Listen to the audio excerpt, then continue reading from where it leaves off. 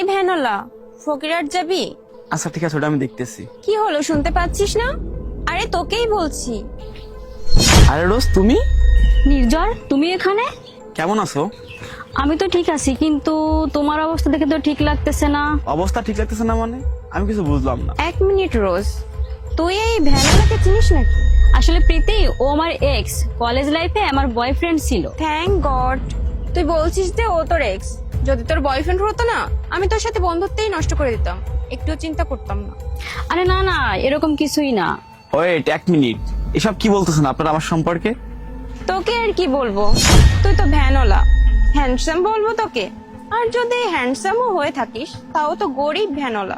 আচ্ছা নির্ঝর, এই ভ্যান চালিয়ে তোমার সংসার চলে তো? কোনো প্রবলেম হয় না তো? যাই হোক, তোমাকে এটাই ভালোই স্যুট করেছে। রোজ, কি বলতেছো তুমি? আমার মনে হয় কোথাও তোমাদের ভুল হচ্ছে। আমাদের আর কি ভুল হবে? আমরা যা দেখার তো সামনাসামনি দেখতেছি। আর তোরে তো খারাপ কেন লাগতেছে? খরচা পানি চলতেছে না এতে?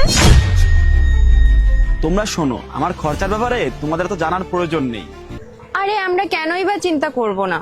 আর তাছাড়াও তুমি তো আমার ফ্রেন্ডেরই এক্স, আমার তো একটা দায়িত্ব আছে, তাই না রোজ? দেখ প্রীতি, আজকে না আমি খুব খুশি, কারণ ওর মতন গরিবকে আমি ছেড়ে দিয়েছি। জানি না এর সাথে থাকলে আজকে আমার কি অবস্থা হতো। রোজ, তুমি এবার একটু বেশি বলে ফেলতেছো না? আচ্ছা আচ্ছা ঠিক আছে, আমি আর বলছি না বেশি কিছু। আচ্ছা বলো তো, ফকিরহাট যেতে কত টাকা নিবে? আরে আমি টাকা কেন নেবো? আমি তো ও আচ্ছা আচ্ছা, আমি বুঝতে পেরেছি, তোর ডাবল ভাড়া লাগবে তাই না? আচ্ছা চল, নিয়ে নিস। আরে বাহ, এবার তো তোকে ডাবল ভাড়াই দিচ্ছে।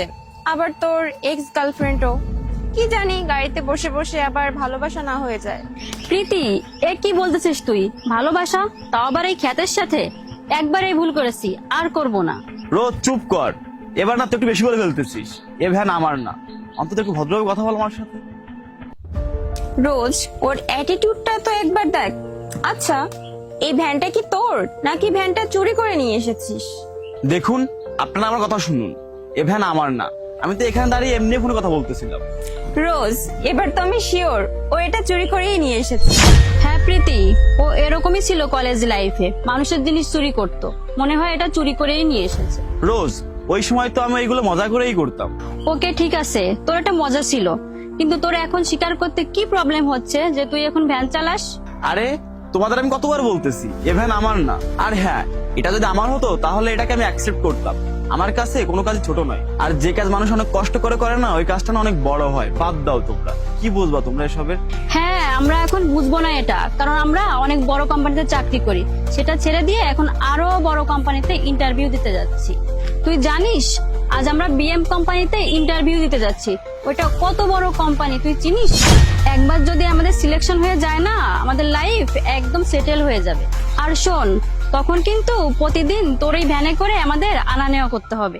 রোজ, একটা কথা বলো তো, এত বড় কোম্পানিতে তোমাদের ইন্টারভিউ নেওয়ার জন্য কে ডেকেছে? আমরা নিজেরাই অ্যাপ্লাই করছিলাম, আর আমাদের সিলেকশন হয়ে গেছে। বাট সরি টু সে, তোমরা ইন্টারভিউ দিতে পারবে না। আরে তুই কি আমাদের নিষেধ করার? আমরা তো ইন্টারভিউ দিয়েই ছাড়বো। আরে আমি কে? আমি এই কোম্পানির সিইও। আমি আমার কোম্পানিতে এমন লোক নিব না যারা কিনা অন্যের সাথে কিভাবে ব্যবহার করতে হয় এটাই জানে না। তোমাদের এই অ্যাটিটিউড বোঝায় যে তোমাদের থেকে যারা কম ইনকাম করে তাদেরকে তোমরা একটু দাম দাও না। আর তোমাদের এই ব্যবহার না আমার অফিসের বাকি এমপ্লয়ারদের মন ভেঙে দিবে। এই জন্য আই এম রিয়েলি সরি, তোমাদের আমি চাকরি দিতে পারবো না। নির্ঝর, আই এম রিয়েলি সরি, আমি মজা করে বলেছি, প্লিজ আমাকে মাফ করে দাও। আই এম রিয়েলি সরি নির্ঝর। কি বলতেছো? মজা করে বলছো সব? আরে আমার বিষয়ে কিছু না জেনেই এত কথা শোনালে তোমরা আমাকে? আসলে হয়েছিল কি, এই ভ্যানালা এই ভ্যানে চাবি রেখে চলে গেছিল, তাই আমি এখানে দাঁড়িয়ে আছি। আরে ভাই, তুমি চলে এসেছো, এত বড় মন ভালো হলে কিভাবে হবে? তুমি তোমার ভ্যানের চাবি রেখে চলে গেছিলে।